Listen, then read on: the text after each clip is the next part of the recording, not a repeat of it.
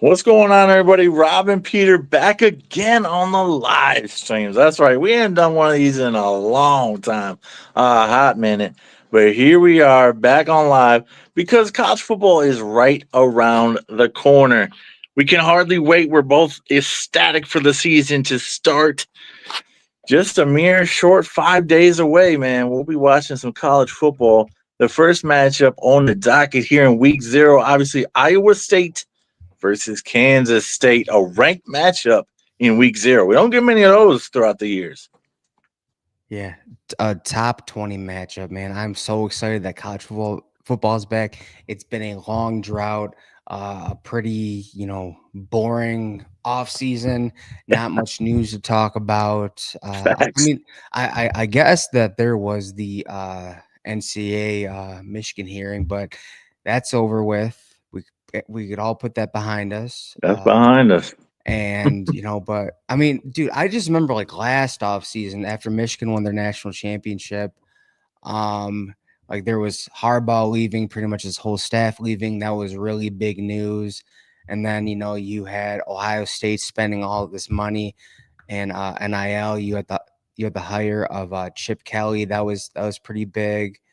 Yeah. And then you had Sharon Moore being named the head coach and seeing how he's going to fill that staff, and it was just a lot more eventful last season. This offseason has been boring, It was a other than constant stream of news, wasn't it? It felt like the NCAA in college football was becoming a little bit like the NFL, where it's a year round thing. But like you said, this year has been just dry, bro. yeah, dude, just absolutely dry. And it was I'm not gonna lie, it was really it was really hard finding content to put out, and even doing lives. That's part of the reason why we've been haven't done a live in forever, because just like we really didn't have much to talk about. And so we'll be doing more lives, try to get one out each week. We'll be pumping out more content, and we just happy to be back. We have again, we have our first games coming up this weekend, and Yes. then the following weekend it is Woo. officially the big opening weekend. I mean, you have a plethora of games on August 30th, and especially the anticipated showdown Man, rematch, Ohio State versus Texas, 1 versus 3. We all can hardly remember what wait. happened in the playoffs. Jack Sawyer sealed the game with a scoop and score. I think it was 90 yards through the heart of Texas. Yeah, buddy. And 93. it's gonna be really interesting. Y'all got a big yeah, we do, Rand City. We do have a big one, week one. And honestly, like I hate the fact that it's week one, but also Me too, a little bit. yeah, I mean, I want to get the kinks out, and the just somewhat growing pains out. The first two games have it be like somewhat competitive games, but have Texas having to play Texas week 3. But no, they had to put that their first game. It is what it is. But also, this could be a eye test on how the season's gonna go. I mean, if they keep this game competitive at the Horseshoe, I'll feel relatively confident that the season is going to go well. Win or lose, they keep it. I mean, even if they lose, if they lose by like a touchdown, 10 points, or even 3, like Sure. I'll feel really good about the season. But if they get blown out like Michigan did last season, then just like, okay, like how's the season gonna go? And of course, Yeah. we're not gonna hear the end of it. But of course, Texas is gonna want to come into the Horseshoe first game of the year, make some noise, avenge that playoff loss, and who knows? Maybe they'll try to plant their flag like they did against Michigan. What are your thoughts, Peter? Old buddy said on the defensive line, I think it was saying the revenge tour is starting for the Texas Longhorns. And it starts in Columbus. I'm like, wow. Really now, bro. Really now. We're going that route. The Michigan 2018 route, huh? Interesting. This is gonna be a fun one, man. Like Texas has a chance for the second consecutive season to knock off the defending national champions in their home stadium the following season. And so that's a cool storyline for them. But the big storyline is these two brand new starting quarterbacks. Obviously, Arch Manning coming in, his first away start ever in his career. Let the Manning era begin. The hype train was nonstop all offseason. If there was one story in the news outlets this season, it was the freaking Arch Manning hype train. Already on the Heisman odds, already on all this stuff. Of course, Julian's saying it too because he's an Ohio State quarterback. And that's what Ohio State quarterbacks do. They get put on the preseason Heisman list. Yeah. But it's gonna be fun to watch these quarterbacks battle, man. Both former 5 stars, of course, and both elite talents throwing the football. It's gonna be fun to watch, man. It's gonna be quite the battle. Wish it was prime time. We all do. The whole nation does, but we can't complain too much because there's a whole feast of games on week one to tune into and watch. Yeah, definitely. Did you see that Colin Simmons put Julian Saint on notice by Yeah, posting I this saw on that. his I saw that a little Instagram? bit. I mean, dude, like, I think Colin Simmons is gonna have a big game, but I bet you that gives Julian Saint extra motivation to go out there and have a big game. Now, I do want to address this comment. What's Sure, the opinions from with Ohio Jason. State not getting Hyder? Jason, honestly, Yeah, come on, I don't think there was actually a real chance not that for Hyder came to Ohio State. I mean, from what I heard throughout the recruitment, especially at the like down to the wire, it was between Michigan and Tennessee. Now Oh yeah, you can't blame Hyder for going to an offense that's a predominantly run offense, just like Ohio State gets all these top end talent at wide receiver because that's their identity. They primarily sure. throw the ball. So I never really saw Ohio State as being a true contender, and also like Yeah, you got to look at past high end recruits, and especially you got to look out for these recruiting sites who post a the top end recruit, and sometimes I mean just like Jackson Cantwell, they would put the Ohio State logo on there oh yeah, just for clicks and likes when they're in actuality there wasn't really actually a chance that Jackson Cantwell would go to Ohio State cuz dude I swear on 3 a day before he committed hmm there was the Ohio State logo was not on the well, graphic that they made for Cantwell. And then literally that's the next day they put it on there. It's just like, okay, you're doing this for clicks and likes. So a good amount of time, I think yeah. Ohio State is put in there to get engagement for these accounts to get engagement. Well, they know which fan bases have the biggest, or which schools have the biggest fan bases, and as Ohio State fans who are somewhat in tune with recruiting, Rob a little more than I am, we knew Hyder was. We kind of stopped pursuing him honestly a couple months ago. Like I feel like everybody within the recruiting insiders knew, as you mentioned, this was down to two teams: the Volunteers and the Wolverines. And so Ohio State fans really never got too involved the last couple months with this commitment. I mean, even though we just had Quinshon drafted and Henderson drafted, productive seasons, both 1,000-yard seasons and very productive on the field. But I mean, the fact that he went to Michigan does suck, of course. Now we're gonna have to face him. That part sucks because him and Bryce Hunter are gonna be a great tandem together in the backfield for the Wolverines that we're gonna have to defend for years to come now. And so that's the downside of losing Hyder, but we really never had him when we were never really in this commitment, at least not at this stage. Yeah, the last pretty much elite running back they got was Ohio State got was Trey Van Henderson.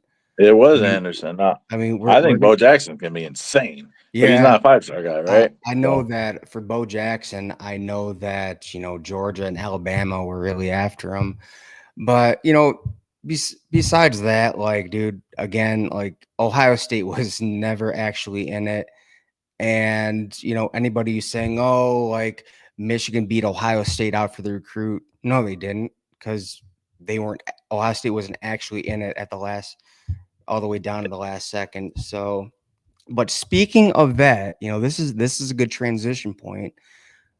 Let's touch upon the continuous. I mean, to me, this is continuous. The NIL recruiting mishaps of Mm. Ohio State. I mean, if you go on 24/7, they are. I think they're in that. I think they're at 10 or 9 right now, and that's I that's just saw him at ninth. Yep. I yeah, looked before he came on. that's one of the lowest recruiting classes.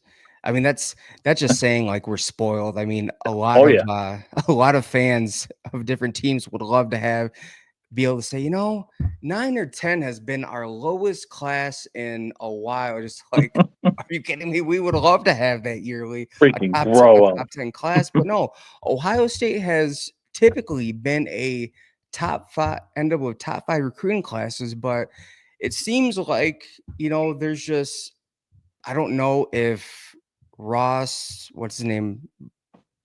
Ross Bajor, Bjork. yeah, Ross Bjork is getting in the way of NIL. I don't know if it's basically, what Ryan Day said about is about, if your main motivation is money, then Ohio State isn't the place for you. But at the same time, it's just like, okay, you can scout a certain player and make sure that one of their motivations is to come in and buy into the culture and want to put in the work, but also they may want money as well. What are your thoughts, Peter? Well, that's the thing, man. You gotta protect the brotherhood at all costs. Ohio State has a specific culture. They have a specific mantra, and you need to fit that culture. This Ohio State, as we've said on this channel many times, Ohio State is not a place for everyone, man. Some people cannot rise up to the pressure cooker that is Ohio State. Some people, character wise, do not live up to the standards at Ohio State, and so therefore will not be recruited. Now, with this whole NIL thing in the bag, man, that's a hard one to take. I see everybody kind of having the same take that Bjork and Day are kind of the Bjork is kind of uh, hamstringing Day in his ability to dole out these NIL funds. But I don't fully buy into that. There might be some truth to that, some underlying truth. But here's my point to counter that. I hear that from everybody.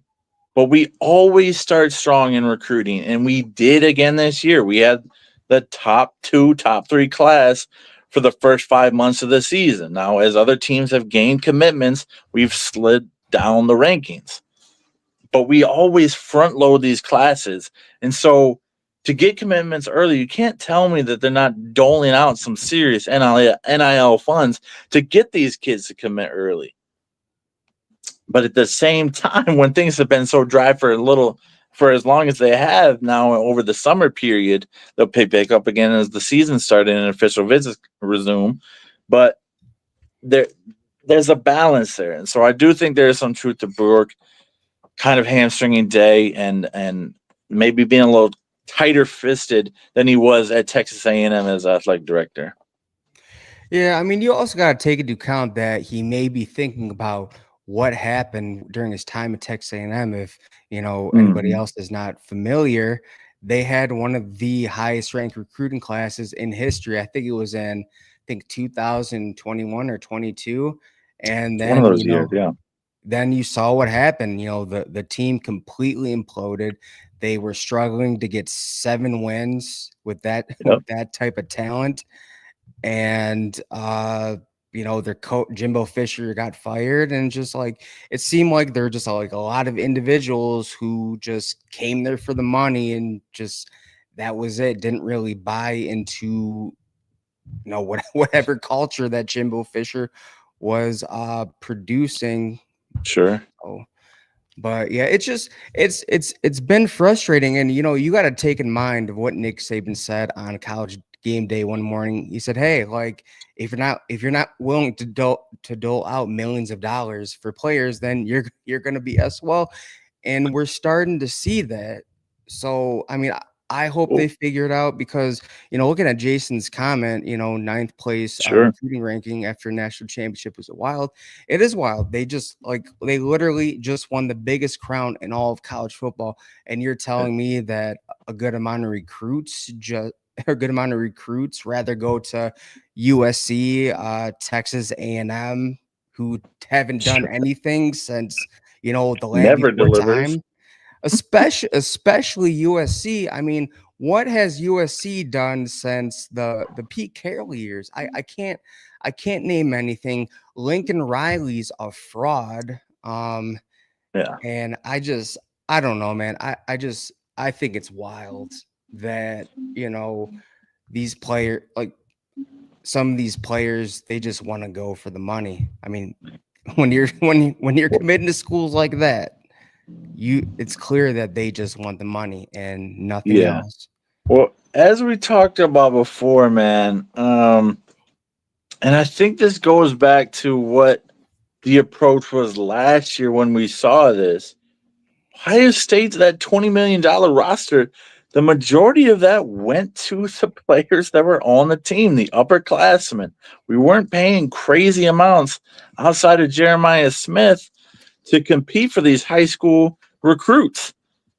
And so I think there's an identity thing there, but there's also a reckoning in when you do that. There's two sides of the coin. One, I love that because you're not upsetting the players that have been put the sweat and the tears and the blood in the program for 3-4 years at that point. You're not upsetting that carton and paying a freshman more than a redshirt junior. I think that's a great approach. But at the same time, if you're paying these high school freshmen, you're gonna have some culture issues. You're gonna attract the guys that are in it not for Ohio State, that are in it for themselves and looking out for their own. And there's a balance that you need to strike there because yes, you need to attract top talent, and all these top recruits are gonna have agents that are negotiating deals, right?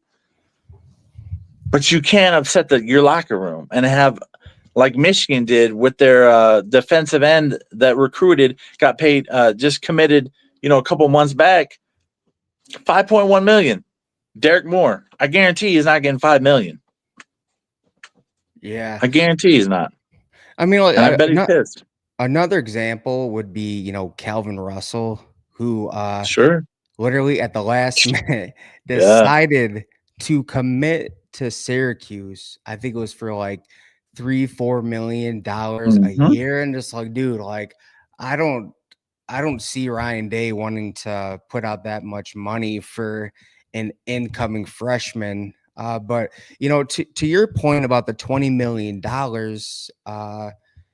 why couldn't we hit the transfer portal hard? I mean, there was Damon Wilson, who I really wanted was him. he was really We proven never. at Georgia, even as a backup, and he'd rather go to Missouri. It seemed like we didn't even pursue him, No, like at no. all. The wild thing was Steve Wilfong had him crystal balled to Ohio State, but I mean, to your point about wanting to pay players who are already proven, just like maybe they just didn't want to pay for him either. It's wild to me, dude. They just won a national championship. They're struggling to Sure. get recruits. They're not broke. I mean, they were Oh, able to show that they could spend $20 million in NIL. Maybe it's just time to take a that different could be. approach and start putting it towards incoming recruits. I mean, if you look at it, dude, I know that Jeremiah Smith is being paid $4 million a He's year, getting dude. paid handsomely for sure. Yeah, he's getting paid a fine sum of money to be at Ohio State, but that doesn't mean he's also buying into the culture as well. So maybe they just need to change their recruiting approach and with NIL. But I'm confused about the NIL because I felt like they had it figured out. They have it figured out, but Yeah, apparently we not. we we were singing the praises just a year ago. Now a year later, we're kind of like questioning things a little bit. It's kind of shocking us, but I feel like one thing I think we might be overlooking, and you can totally shoot this down if you think this is bogus. This is just a theory I have, man. Like when these fan bases get satiated with a championship, are they as inclined to dole out and dish out payments? Now I know the Ohio State fan base is rabid, absolutely rabid, and loaded. We're not a poor fan base. There's a lot of money in Columbus, man. 15th biggest city in the nation. But the thing is, does it kill a little bit of incentive to dish out these things, or does it motivate you even more to pay more because you won a championship and you want to repeat that? That's just something I'm throwing out there. What do you think? Well, first things first, the reason why they doled out all this money because it was an all-in year. And with Mm-hmm. knowing that your investment is to get a championship and it Mm-hmm. ends up paying off in the end, I I would think that it would motivate you to want to donate money towards that again. So I I mean, can like, see that point, but at the same time, pockets are a little drier, having spent I that don't money. So, I don't know, man. Because dude, I mean, if that's the case, you think like Oregon or Miami, NIL money is drying up. It's just, I honestly, I don't know what to think. I don't know yeah, what to buy into. Only time will tell yeah. on what's going on in the Woody Hayes Athletic Center. So, Yeah, it's really tough to gauge, man. It's just one of those things where it's like we're reaching a little bit of point of frustration because we haven't gotten a big time recruit in a while. We've gotten some dudes to commit over the summer months. We have, but they're not dudes that drop your jaw and are make you jump out your seat about. And so that's the thing where we're coming from as Ohio State fans at this point of the off season. Um, but as the season approaches, man, official visits are going to be coming. I expect obviously a couple more commits. We got a pretty full class though, at 21 kids right now, and so it'll be interesting to see how many more we add. Because to Mark's point here, I mean, maybe the 2027 class they view a little bit more favorably, view a little bit higher, or they're more in on these high end recruits in the 27 class than they have with what's left of this class, and so that definitely plays a role and plays a factor as well. yeah, definitely. I mean, going to Mark's comment as well. It's just like, I mean, the playing time factor could be there Mhm. as well. I mean, if you're a high end recruit, I mean, who wants to sit on the bench for 2 years, or but but to that point, I mean, players who went to Alabama during the Nick Saban era, I mean, all they need was 1 year and they they were in the pros the following. So I don't know, man. It's a wait and see type of deal. All I know is that there's a lot of reports about Ohio State's athletic director Yeah. that So man, he's not doing his job. yeah, He was not really good at Texas A&M, and it's shaping out, right.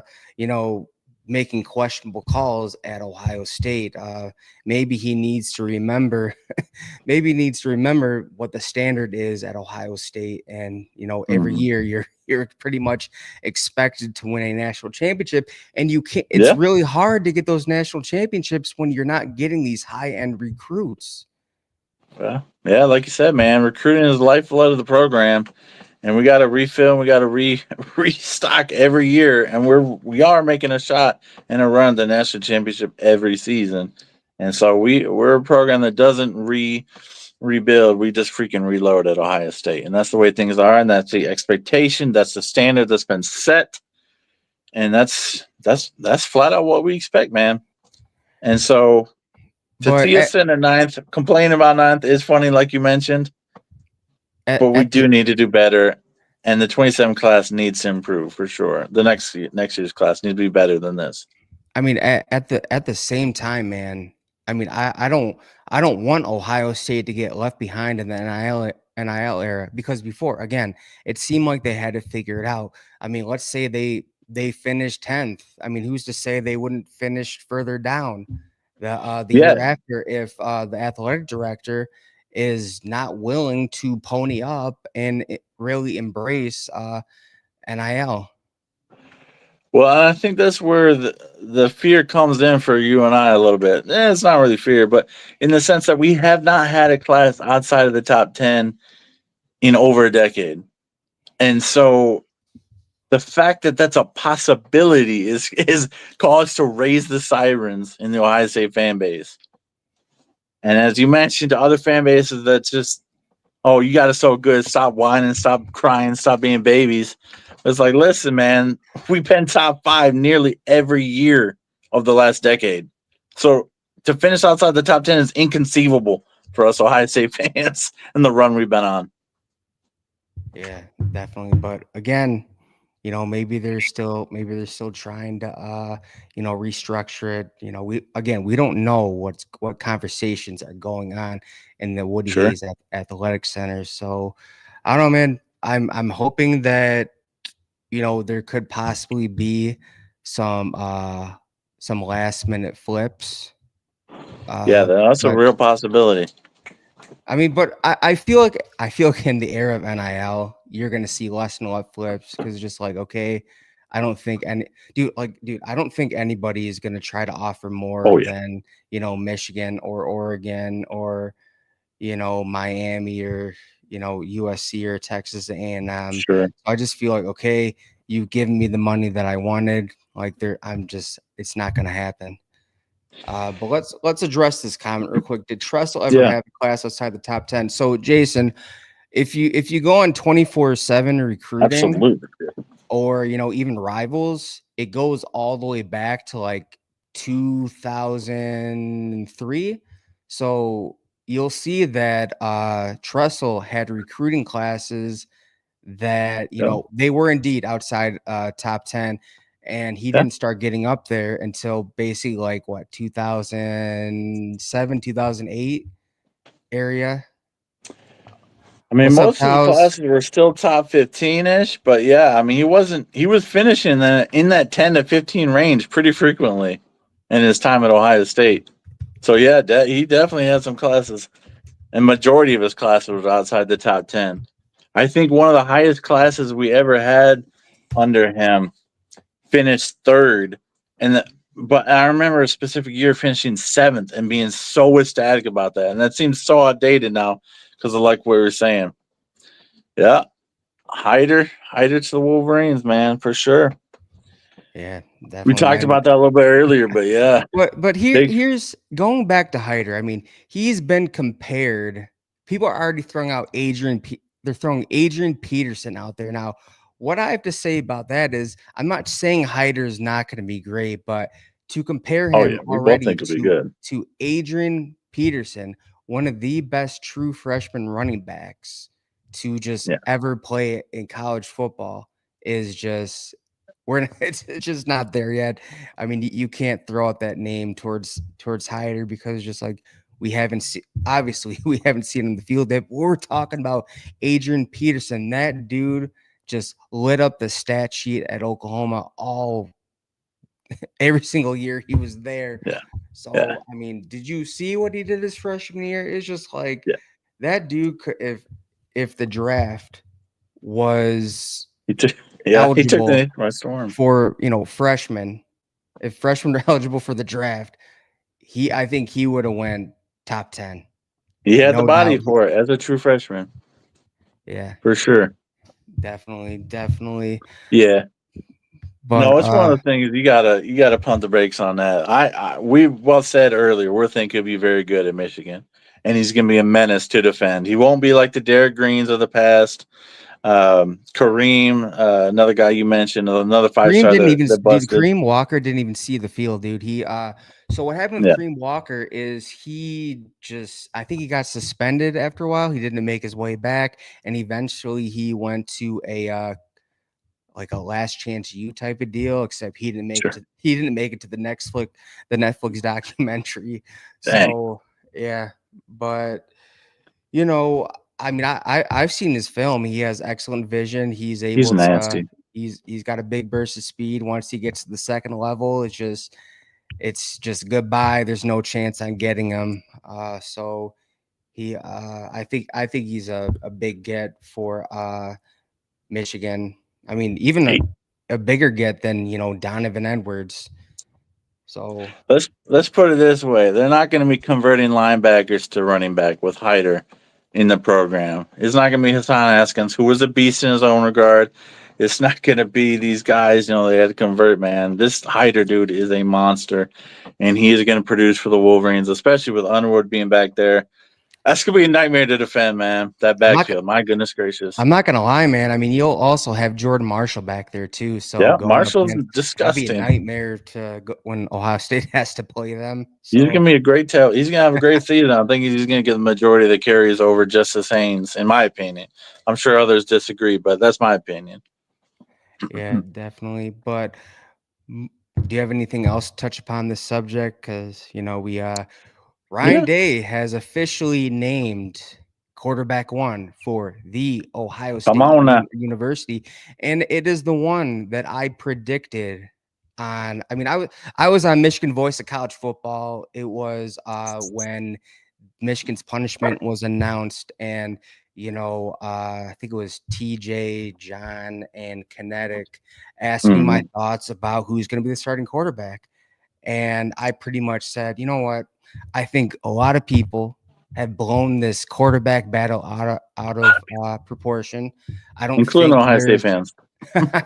Yeah, I mean, like, dude, let me put it this way. I mean, I'm glad you brought up the Ohio State fans because remember when everybody was calling for Devin Brown to start over Will Howard, and now Devin Brown just got beat out by a freshman A at true the freshman. okay, true freshman for the Cal Golden Bears. So just That's like bad. trust Ryan Day in this process, and that is exactly why, which I predicted he would. He picked Julian Sain. Now, when I was at the spring game, that dude commanded the offense, very accurate, quick release, Yeah. knows when to take off, and just had the offense going in a tempo, just a good rhythm. He's a complete quarterback, just like Jeremiah Smith said. He pretty much said he's the guy. He has quite the arm. He's able to make any throw, and just is able to command the offense. And all See, Julian all Jeremiah Smith said about Lincoln Keenholz was he's a dog. Okay, tell me about a skill set as a quarterback. And Eric, yeah. I'll address this, Let man. let me address that one if you don't mind.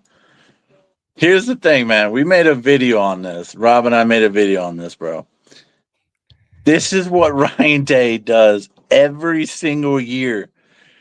If you recall, Justin Fields and Chris Chuganoff were in a quarterback battle under Ryan Day. Who's Chris Day Chugginoff? does this to sharpen every quarterback. Bro, nobody can convince me that was a quarterback battle. Fields and Chuganoff, get out of here. He's done this every year.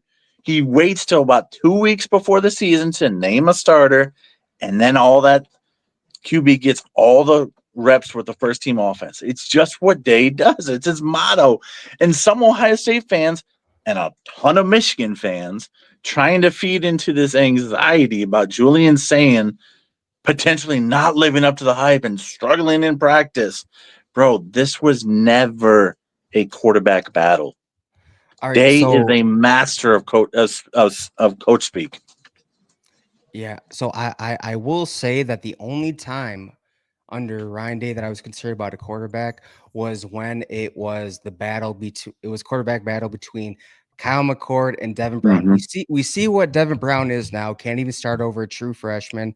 Sure. And just the reason why I was worried about when Kyle McCord was named the start is because okay, you've been in the system for 2 to 3 years, and you're competing with, and you're still competing for a spot as QB1. And just like it worried me that I was going the last second. Now, not saying that Kyle McCord was not a good quarterback.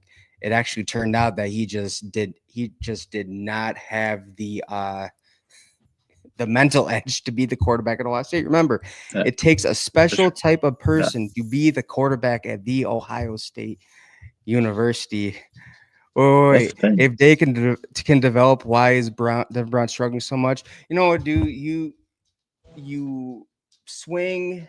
and you miss on recruits. Now, as I predicted, that Devin Brown was never actually brought in to be the starting quarterback. Say it again. I'd never thought he was a legitimate starter, and just the It- fact that he transferred and never really saw the field just proves my point. He just was not that good enough. He wasn't brought in to be a legitimate starter. I think he was just brought in to keep the room full just in case they need to there- call on him. And to, I mean, dude, I'm even sorry. when he did get in, he was terrible. I mean, I don't know if you think so, Peter. I mean, he didn't throw any passes. He was in gimmick quarterback, and when he did, it did not look pretty. He was running those. He was running the red zone goal line offense. But to further your point, man, like here's the thing: there are certain quarterbacks. Keenholz is one of them that are brought in as for depth guys. They're never. Kyle McCord was the 5-star in that class. He was the package deal with Marvin Harrison. Devin Brown was a placeholder, a clipboard holder. That's what he was always going to be at Ohio State. Not saying Clipboard he's this holder. horrible quarterback, but that was his role. He understood that, and a chance to get an Ohio State education and to be coached by one of the best quarterback gurus out there in the nation. And if you even suggest that Ryan Day doesn't develop quarterbacks, bro, every single one of his quarterbacks have gotten drafted in his time at Ohio State. Every single one. And so I don't know exactly what you're trying to get at with that one, but Keenholz was always going to be a placeholder. Great athlete, was never in serious contention for the starting position at Ohio State, and was brought in with that in mind. I guarantee it. Now, of course, they gave him a shot to compete because what competitor is just going to sit there and accept a role? But no, he was never freaking going to start here. I think I mean, I predicted that Brown would transfer. I think Keenholz is gonna eventually transfer out. Specifically, I think after this season he has one more year eligibility, and I think he's gonna go give it a shot somewhere else. Because, dude, like Yeah. this was his last chance, man. I mean, you have Julian saying he has a good season. He's gonna start next season, and Yep. then you have Tavion St. Clair behind Sand, and then you have Brady Edmonds who's coming in as well. So it's just like the quarterback room is good for quite some time. Not really worried about it. Never really been worried about it under Ryan Day. So Well, that's the thing, man. When you got a track record like Ryan Day, quarterback, bro, that is one of yeah. the positions I am almost never worried about. Like, legitimately. I trust whoever Day puts at quarterback. He is the winner because it's proven that he is. He has made the right choice every single time. McCord, clear start over Devin Brown, like we mentioned, and every other decision he's made in these battles, he's made the correct decision. And this dude is a gunslinger, Elite 11 winner, and I'm really excited to watch him play. Now he's a little shorter than what I'm used to at quarterback, but man, if Saban wanted him, if Ryan Day wanted him, that tells me a freaking lot. And Steve Sarkisian, just to add to this point, had him camp at Texas twice and said they really wanted him to. And Yeah, so if you that's have these that's saying a every lot. single elite program chasing one dude at quarterback, that's all I need to know, bro. Yeah, and you know what? I guarantee you what Towels. I'll answer your question after this. I'll tell you what happens with how Julian saying how Julian saying more than likely end up at Ohio State. So when Jalen Hurts had his final year at Alabama before transfer to Oklahoma, I heard that he went to Saban like, hey, like, what system is going to fit my skill set? Where should I go? And Saban said Oklahoma. I guarantee you, Saban had a hand on where Julian Sane was going to go, and I guarantee you, they both handpicked Ohio State, especially Saban did, saying, "Hey, like, they have a lot of weapons around you. It's gonna fit your skill set. You know how to air it out. You're accurate." So Yep. that's how I think it happened. But Aaron Nolan, dude, from his first, so he was class in 2024, right? So 24, yeah. yeah, Yep. from what I was hearing, that he have some uh problems going on, like personal problems, wanted to be There closer were to home, and there were some rumors there. We never got confirmation of anything, but I mean, when Julian Sane came in, I think the pecking order became a little more clear. And for Aaron Nolan to go see what Lenore Sellers did last year at South Carolina, that seems like a really good fit for his skill set. The one thing I'll say, and then I'll toss it back to you, man, is that Day just seems to ultimately perform or choose quarterbacks that aren't necessarily mobile, aren't scrambling quarterbacks. And so I was always really surprised with the Aaron Nolan recruitment because one, he's a lefty. That really changes things on the line. But two, he's a scrambler. Now, of course, we brought in Will Howard last year and we won a national championship. I think at the college level, this is just a little slight critique. I think it's important for your quarterback to have a little mobility. you know, Julian Sand has a little juice, and I mean a little juice in him, a little running ability. But with you know Aaron what? Nolan seeing what Sellers did last year, I think that's a much better fit for his skill set. Yeah, you know what I think happened with Ryan Day getting Aaron Noland? What you got? The same thing that happened in 2022, where Day was scrambling around because of Quinn Ewers not only reclassifying in Good 2021 class, recall. Good recall. but I mean, just like, okay, now I don't have a quarterback for the following year because he transferred as well. So what I think happened with Aaron Noland is that it's like, okay, Dylan Raiola, he decommitted, um, and Jaden Davis was just like, I'm committed to Michigan. It's like they Yeah. just kept running out of like options. So just like, okay, I'm gonna go after this Aaron Nolan guy to keep the room full. Well, he And was a really late ad, wasn't he? yeah, he was like a Like actually December. no, actually he wasn't a December ad. I think they man, I think they added him in the summer, or Was it the summer? yeah, Okay. I think it was the summer. Yeah, Yeah, because that does I ring a remember bell. being in Actually, now Pennsylvania that when he committed. He but yeah, so yeah, man, man, the only thing that I was worried about with Julian Sand mm-hmm. was his size, but Mm-hmm. you know, he's gone from like I think 180, 190 to 210. So it's good that he Yeah, bulked up because man, like being 180, 190, having to deal with, you know, especially in the Big Ten conference Big where, Ten D you know, lineman. the Big Ten known for their D line and definitely linebackers. So glad for that. But dude, it's going to be really interesting how like that first game against Texas, how he handles being under the big lights, and hopefully he does not come out and not have that mental edge. And you know what? If he throws a pick, how well is he going to respond and not lose his confidence? So, but man, with those weapons, dude, it's just hard to imagine like him having Well, like a bad game, or you know, just a bad season in general as well. Well, Julian's saying, man, he came from Southern California. He's used to the bright lights and big time high school football, and so I don't think he has the mental makeup that is going to shrink in big moments. Obviously, I don't know that. It's not like I watched every single snap of his high school career to know this, but he played at a big program. He comes from a big program with high expectations. Now he's coming to Ohio State, and he chose the big stage.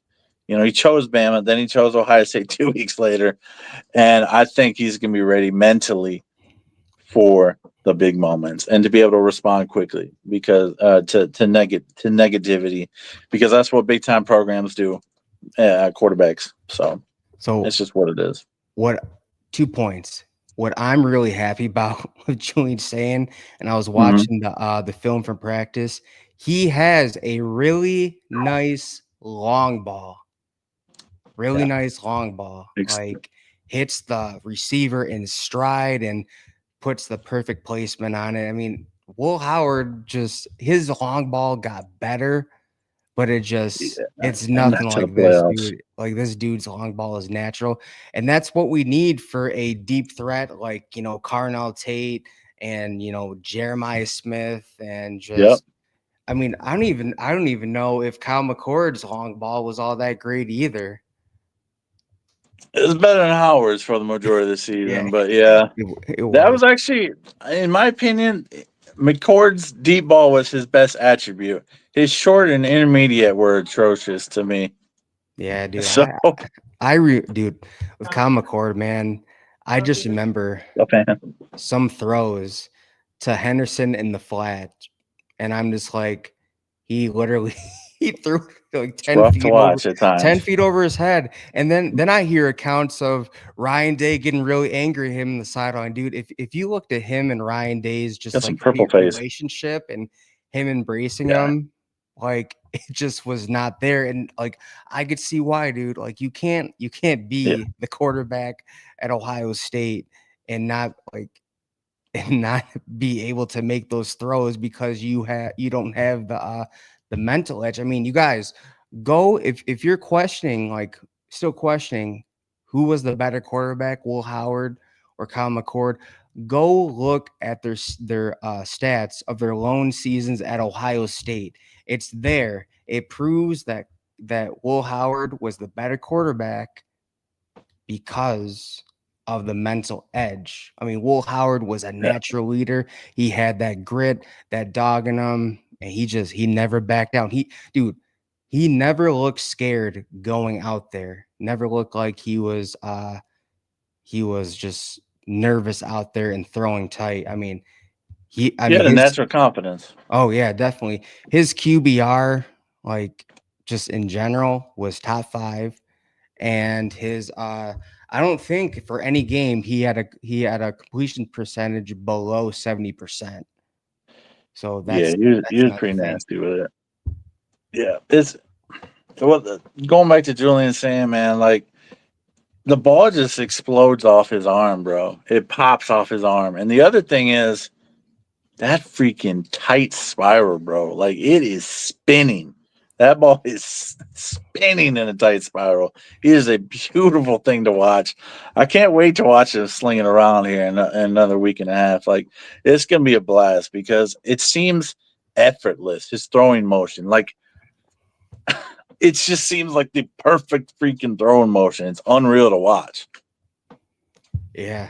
I mean, so since we're talking about the quarterback battle and uh I really like how Lincoln Keenholz took the news that Hmm. he's not going to be the starter.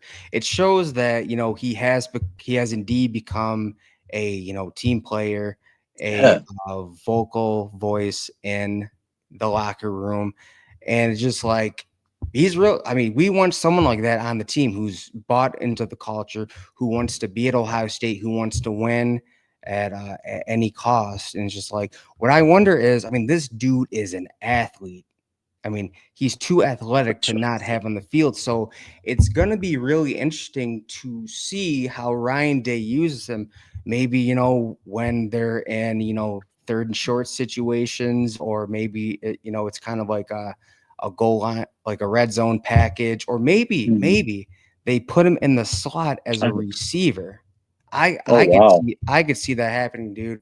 I mean, that dude has a really high vertical as well. So I mean, I could yeah, honestly see that Day and company putting him in as a receiver to see how that yeah. goes. Kind of like what they did with Braxton Miller. Now Interesting. I'm not saying that Keenholz as good as athlete as Braxton Miller Yeah, because I don't think he's Braxton up Miller there. was just he was something else, man. But all I'm saying is like Keenholz is way too athletic to not have Right. him on the field. So they better figure something out before, and I'm predicting this. He will transfer after the season. He will. Yeah, it'll be a postseason transfer. He's not going to compete for the job and then just leave mid-season like we've seen last year and the year before. He's not going to pull some of these scrubs quarterback like the UNLV quarterback that just won a few games and then quit the season. and decide to redshirt the season and transfer to another program. He's not going to pull that. And so I'm excited because, yeah, man, there were some videos of him dunking the basketball. Like, he's obviously really well liked on the team, Keen Holmes is.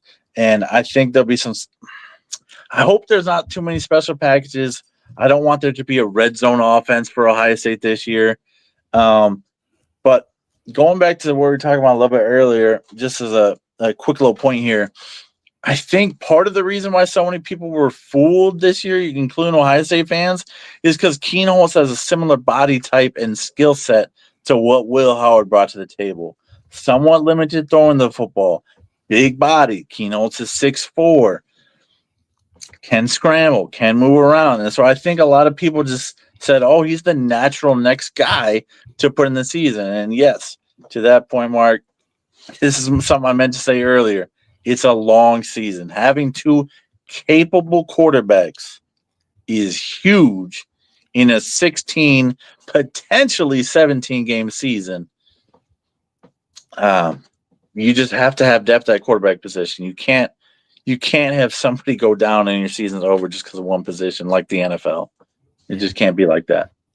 All right. So since Julian Sane has been named the starter, let's predict the stat sheet. Stat wise. Yep, stat wise. How is he going to do? I'm talking about total yards, QBR, percentage, pretty much completion percentage, touchdowns, and interceptions. So let's start with yards. Let's start with yards. How many yards do you think he's going to have total season? I'll go with 3,700 yards.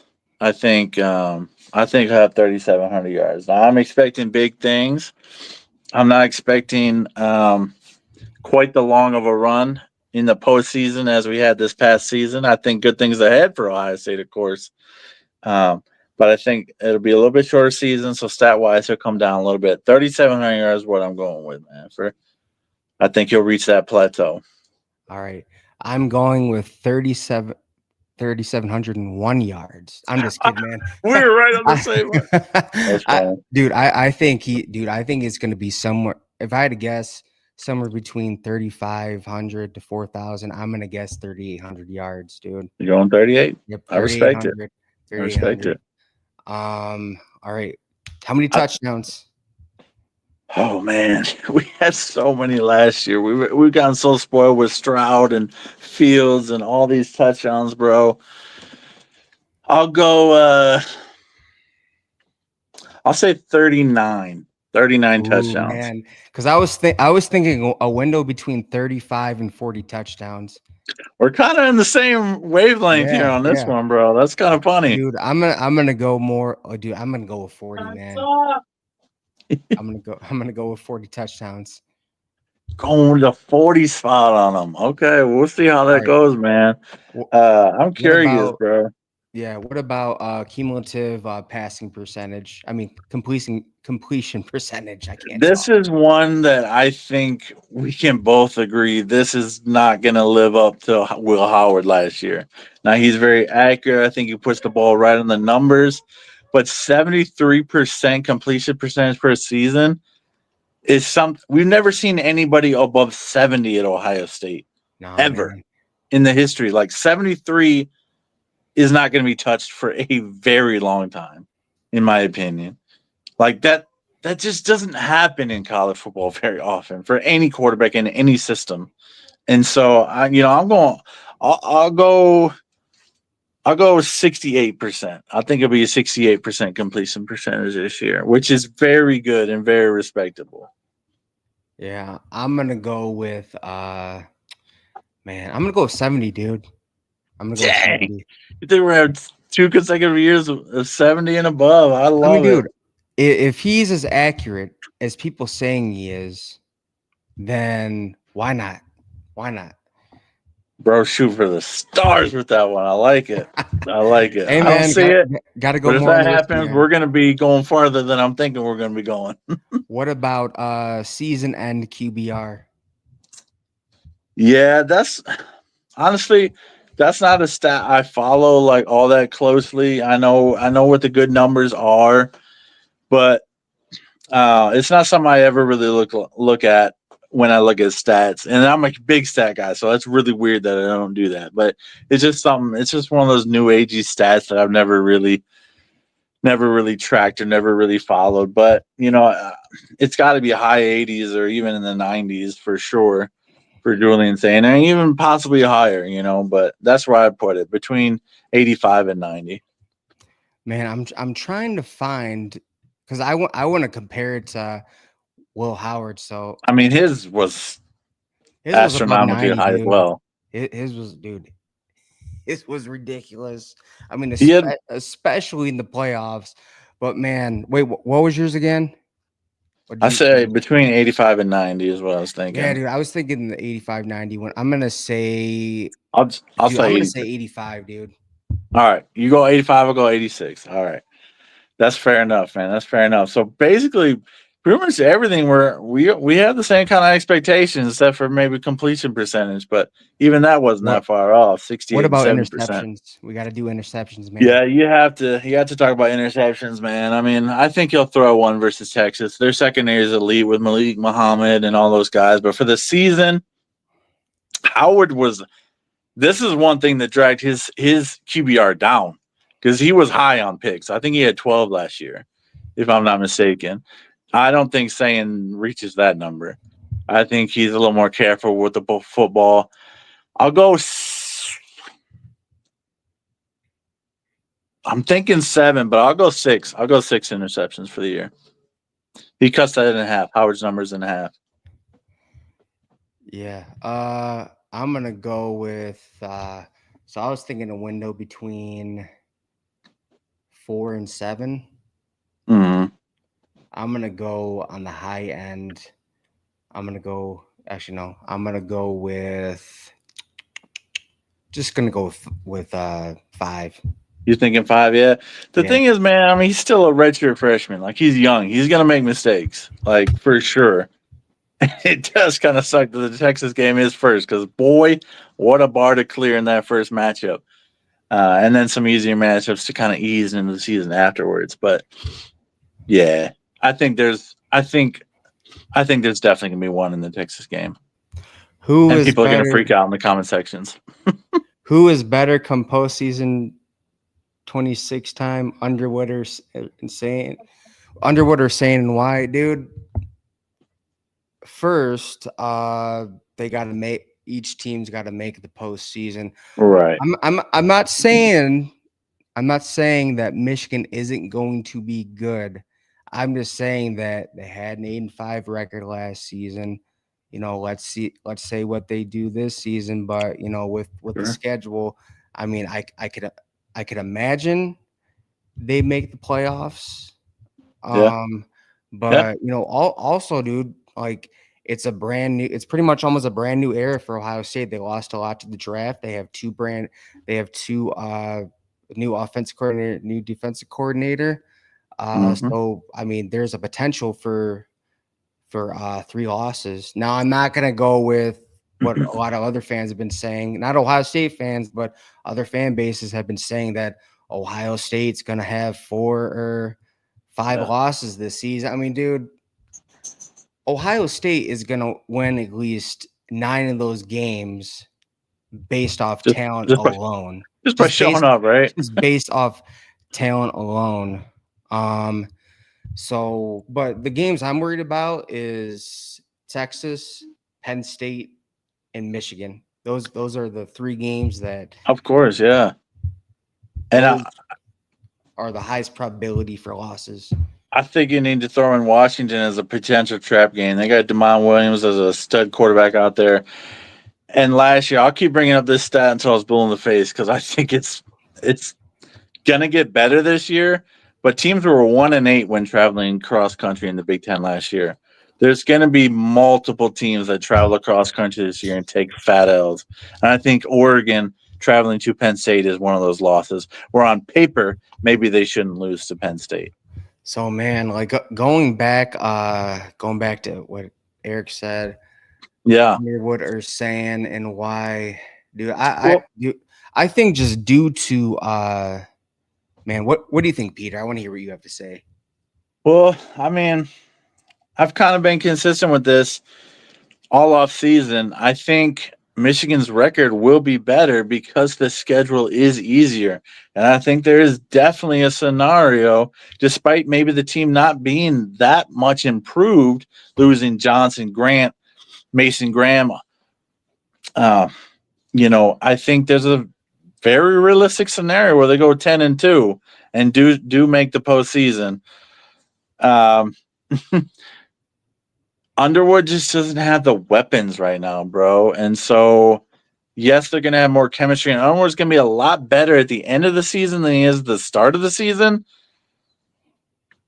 But they just don't have the weapons to throw to. So I think it's not necessarily a fair comparison. Now, he's a better athlete than Sand. There's no questioning that. Way better Yeah. athlete than Julian Sand. But who's the better quarterback? And I think this year you're going to see Julian Sand shine. Um, I don't want to give too much away because we got a playoff prediction video coming out later this week. But, I don't think either team is going to make some serious run this year at the national championship. They're both going to be contenders. But I don't think either team is a threat to go super deep into the playoff. That's just kind of my take. Yeah, definitely. I mean that's a. I mean, I heard Macaulay that I think he's that transfer from Indiana. I heard he's Yeah, going to 6'5" wide out. be a big weapon for them. But He at the was good same for the time, Hoosiers last year. yeah. Not But elite. at the same time, dude, Underwood could start by looking like Trevor Lawrence, or he can go through those growing pains, just like I was talking about Michigan boys to college football. Mm-hmm. But with saying, like, I don't know, we don't have much on we really don't have much on saying either. I mean, No, but here's the thing he's going about 12 saying. passes so far in college. Here's the thing about saying. I love how a good amount of fan bases are looking at that throw he made against Tennessee after he was just standing there in the cold. I mean, dude, I used to play football, Yeah. and like in Michigan, if you go on a playoff run, you play pretty much deep into November. Yeah. Dude, standing there, like sometimes standing there in the cold, like At that point of the then you go season, and then you go in the car. It's even hard to like get on your seatbelt, dude, because your hands are can't just feel so fingers. yeah. So I couldn't even imagine having to throw a pass after you've been standing there that whole time when it's freaking I think it was like what, below 20 degrees, probably colder Yeah. and snowing. I'm not gonna lie, I did cringe when I saw that pass. I'm like, ooh. But all those factors you have to Keep it imagine. standing in the cold. Like You that's have to take that into account. And let alone warm-ups were over 3 hours ago. Yes, they throw on the sidelines to warm up, but when you haven't moved your body much in 3 hours to try and come on and play that position, it's a different comparison, man. It can't be compared to any other position on the football field. yeah, So definitely. I don't hold one data point against it. Yeah. One throw. But dude, really excited about the season. Just can't wait to see what they do. And again, Absolutely. that first game is going to be an indicator on how the rest of the season may go. But Yeah. all right, our next subject, seeing how Savan Hyder committed to Michigan, we are Yeah. going to be talking about Tony Alford and how he started out. Wait, you said Notre Dame, Let's and think. his time at Ohio State, and now his time at Michigan. Now, so Peter, what do you think Yeah. about Tony Alford's recent current success at Michigan? Well, the thing is, man, we touched a little bit on this earlier, man. Michigan is a run heavy offense. They always have been throughout their history. And for any running back to go there, man, it seems like a no-brainer to me. Just like it is for Ohio State for quarterbacks and wide receivers on the offensive side of things. Here's the thing, man. We really bashed Tony Alford on his way out because at Ohio State, he would get a top end, high end recruit every 3 to 4 years. And that was fine because we had a decent running game.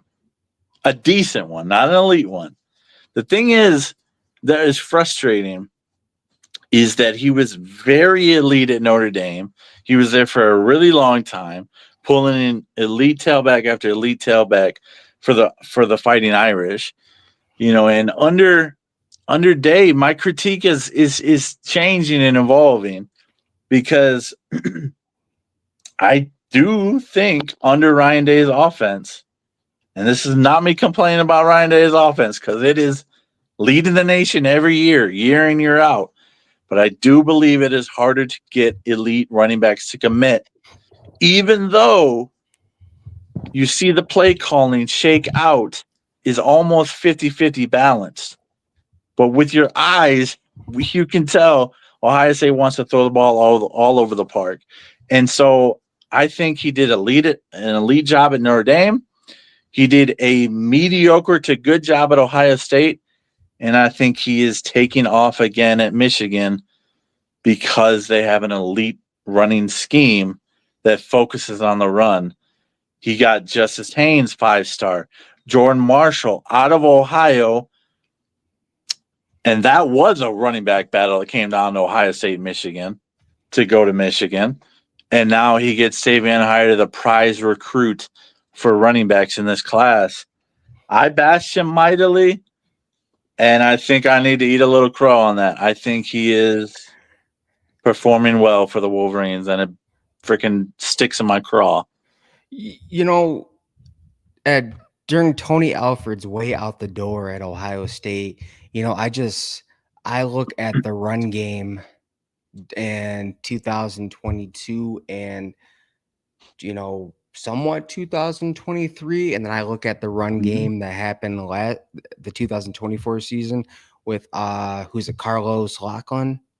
Yep, Lackland's our guy now. Yeah, Carlos Lachlan, and just like it's just night and day with Lachlan. I think it was a lot better.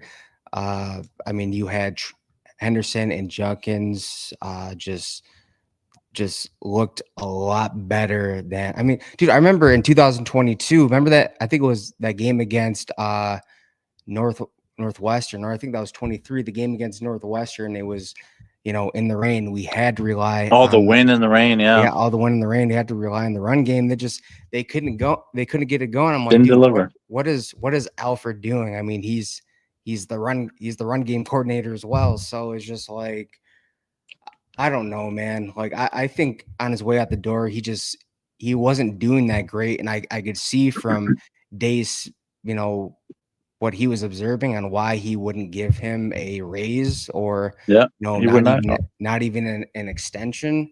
Yep. So I mean, I honestly, like, I'm okay with what Carlos Lachlan is doing. I mean, Yeah.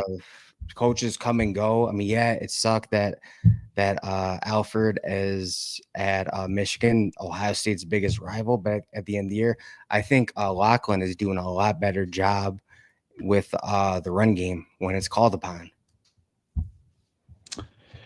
Yeah, it's gonna be. I'm very pleased with Lachlan too. So don't get me wrong. I just feel like it's gonna be hard to pull these elite tailbacks in. I mean, we had Master Teague and Mayan Williams toting the rock for us for a while under Alford.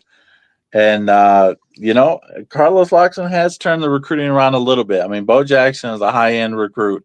He's not a 5-star, but I think he's going to be the future at the running back position for the Buckeyes.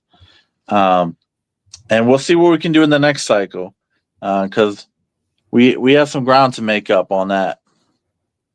Go ahead and read that off for me if you don't mind. It says, only knock on Tony last year was his rotation. I wouldn't be surprised if his hands were tied to forcing the ball to Donovan Edwards when Khalil was the better back.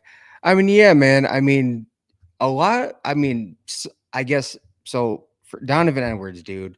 Some fans are surprised that he just didn't work out. He didn't have a good last season. But, for me, if you go look at Michigan's game against TCU in the playoffs, when Edwards was the feature back, the starter, to replace Corm when he got injured and is out for the season. I mean, he had like one good run, and that's because like the hole was like wide open, like you could have Yeah. driven a truck through it. And when it comes down to really having to earn those yards or having contact, he would go down to first contact. I mean, I'm pretty sure his yards per carry was 2 yards. So I mean, you're right, dude. Like Tony Well, Alford's like, man, I have no choice but you know put Edwards in and give him the ball. I mean, go with the bull.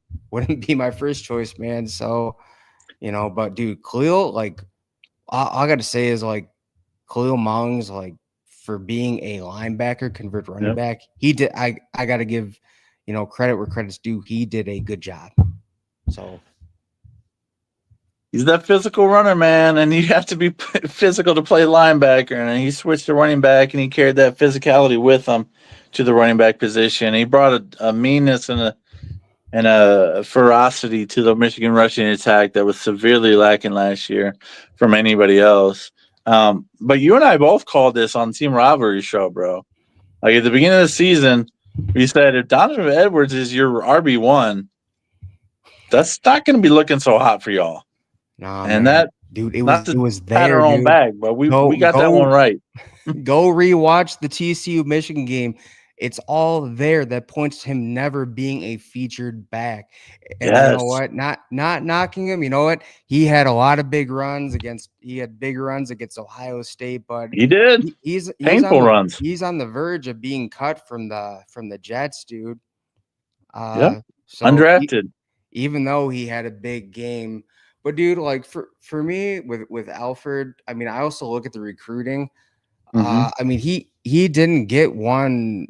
I mean, yeah, he got Henderson, but after that, I mean, who did he actually get? All I saw was like some flips, man. Yeah, there was I mean, nobody else Jordan elite after Lyle flipped, Henderson. and I mean, there was actually no one after Henderson, dude. So there's That's also why we had to that. go to the portal for 2 consecutive seasons at the Yeah, tailback position yeah. with Donaldson this year and Quinshawn last year. So we had to make up for Alfred's misses in recruiting. Alfred can't recruit. Well, I mean, like it. I mean, Peter. What are your thoughts on just recruiting at the end of his time at just Ohio State in general? I mean, all I can remember is after after Henderson, they were flips, dude. I mean, Ohio State just couldn't keep it. But also to Yep. your point about maybe it was just due to, Ohio State was just Yeah. primarily a passing offense. It was clearly a new offense under Ryan Day that we saw when he took over those 4 games when Meyer was out. So again, like it's Well, going to be where Ohio State is not going to have a problem getting wide receivers, and more than likely, Michigan is not going to have a problem mhm. getting these top end running backs, especially seeing that they have this NIL war chest. So Yeah. That's the thing, man. I mean, it seems to be pointing in that direction. And so the cool thing is that we're both thanks, happy with Kinetic. our running back coaches are. Appreciate you, Kinetic. Appreciate that, man.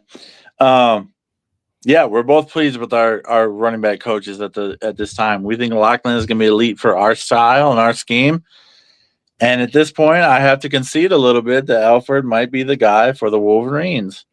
And in that run heavy offense, man, you just have to understand that most running backs are going to want to be toting the rock on every down that they can, and that's not necessarily a reality at Ohio State. So you have to take that into account. So Yeah, my opinion is evolving on that because I bashed him heavily on his way out, and I still think there is room for criticism there. At least what he did at Ohio State. To your point, where you just mentioned, we've had to go 2 straight years to the portal to bring in a running back. Now, I'm not super, super high on Donaldson. Now, I heard he cut down some weight, but when I watched his tape at West Virginia, this 2024 tape, I was not very impressed, personally. He was very slow. He was not outrunning uh, some FCS players on the defensive side of the ball in the first game of the year for West Virginia last year. Um, but I heard he shed some weight and he picked up some speed. I don't think he's going to be as good as Quinshawn. I don't believe that. But I think he's going to be a good change of pace power back for us. And I'm excited to see that because with James Peoples leading the way and getting the majority of the rock, Donaldson's going to be the guy that finishes the drives for Ohio State, much like Quinshawn was this last year at Ohio State. I think when I was at the spring game, I'm pretty sure that I saw Donaldson being used in the passing game as well. So, I mean, going to your point about Yes. cutting weight and looking more elusive, a lot more, more speed. So it's going to be interesting, dude. But I'm going to make this prediction. Expect to see Bo Jackson in the Yeah. lineup quite a He's bit. definitely RB3, right? Oh yeah, I'm Like, there's no I'm question. I'm pretty like, dude. He's gonna make his way up, dude. Especially if CJ Donaldson just does not live up to what people are saying that he's gonna be. But I'm actually more excited about Bo Jackson and CJ Donaldson, to be honest. Oh, I me think too, I bro. think there's more potential and more of an upside with him than there is with Donaldson. But He's going to be man, a special bag for us for sure. yeah, but something, since we're still on Tony Alford, he was just Mm-hmm. able to land Hyder.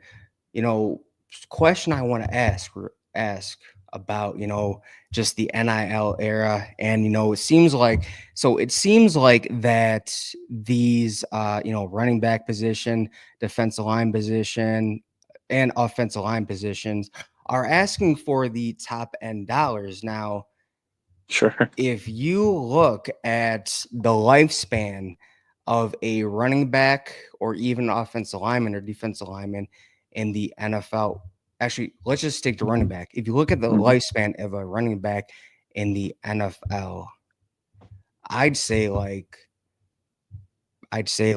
maybe 5 to 7 years. I mean, if you think about it, Le'Veon Bell, Todd Gurley, Zeke Elliott. and Ezekiel Elliott at one point were the face of the league, Yep. and now I don't even know what the heck they're doing anymore. I mean, they just slowly but quietly Yeah. went away, unfortunately. So, do you think that could be do you think that's a possible factor on like these, the running back or offensive line positions asking for these top end dollars?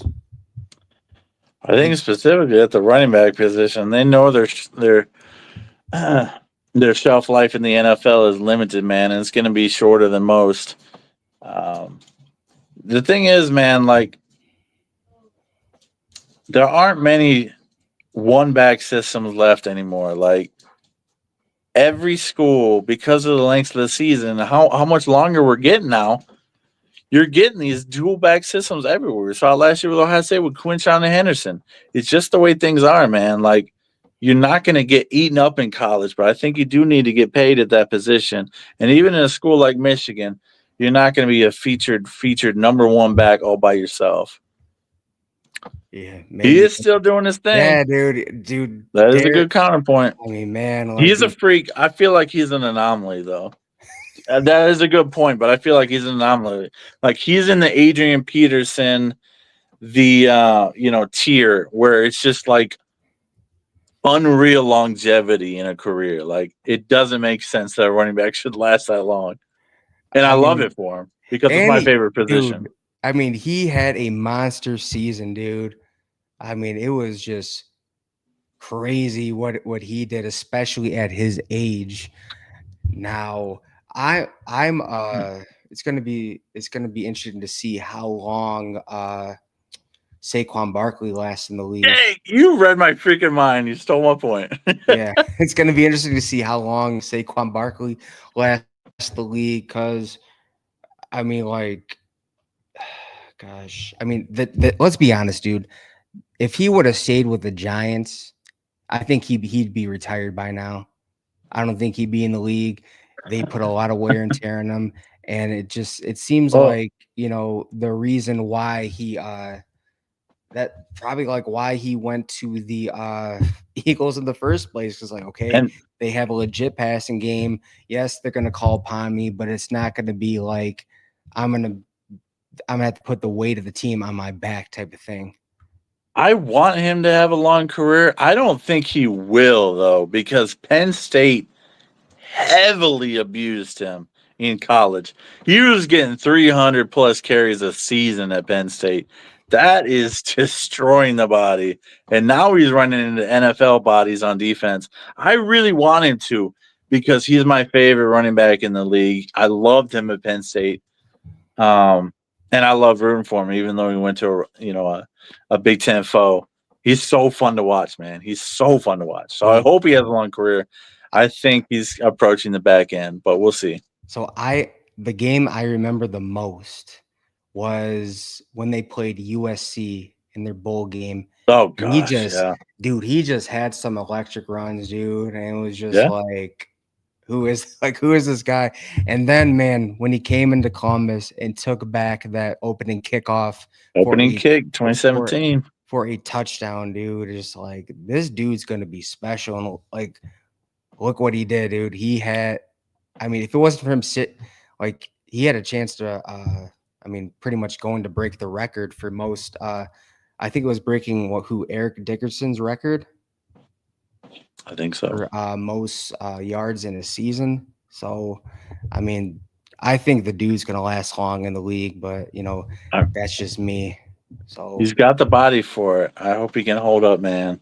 Although, as a Washington fan, I don't necessarily want him to, despite liking him a lot, yeah, because I got to definitely. face him twice a year. So Yeah, definitely. But anything else, Peter, before we that's it for me on this one. yeah, definitely, definitely. But man, dude, we appreciate everyone tuning in. We're gonna start going live again. We're gonna try to do it weekly. Yeah, I every think Tuesday at 7. yeah, every Tuesday 7. And also we are going to be on the Big Ten team rivalry show again for the picks can pick 'em. Uh First show is I think Mm, it is next week on Wednesday. So I think the 27th, and it yep, is going to be at 8:30. So that's basically where we're going to be talking about, Big Ten play. We're gonna or possibly other topics that are going on in college football, and then we're yeah. gonna give our reasons. Uh, Actually, we're gonna give who's gonna win and why they're gonna win. So, and also, It's always a good time over there, man. It's a yeah, blast. We have a definitely. blast on that show. And looking forward to season 2 on the Big Ten Team Rivalry Show with Cliff and Mac. So definitely check out the channel if you haven't already found Yeah. it. I got But a question for Kinetic though. yeah, How often does your channel that you're on have a call-in show? Because I like to call in sometime.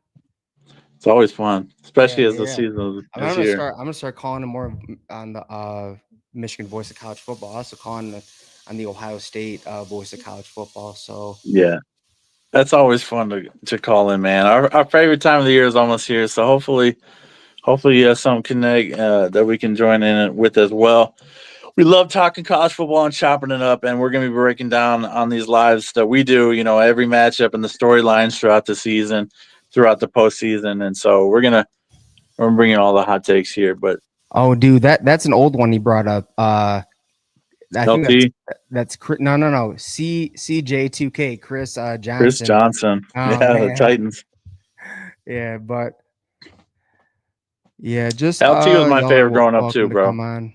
Yeah, just connect. Just let us know when you guys plan on doing one. We'll be more than happy to call in, because I know you did it a couple times, but we're subscribed to the channel, but I haven't seen I haven't seen a call in show since. Sure. So, but all right, thank you for tuning in. God bless, and go go Bucks.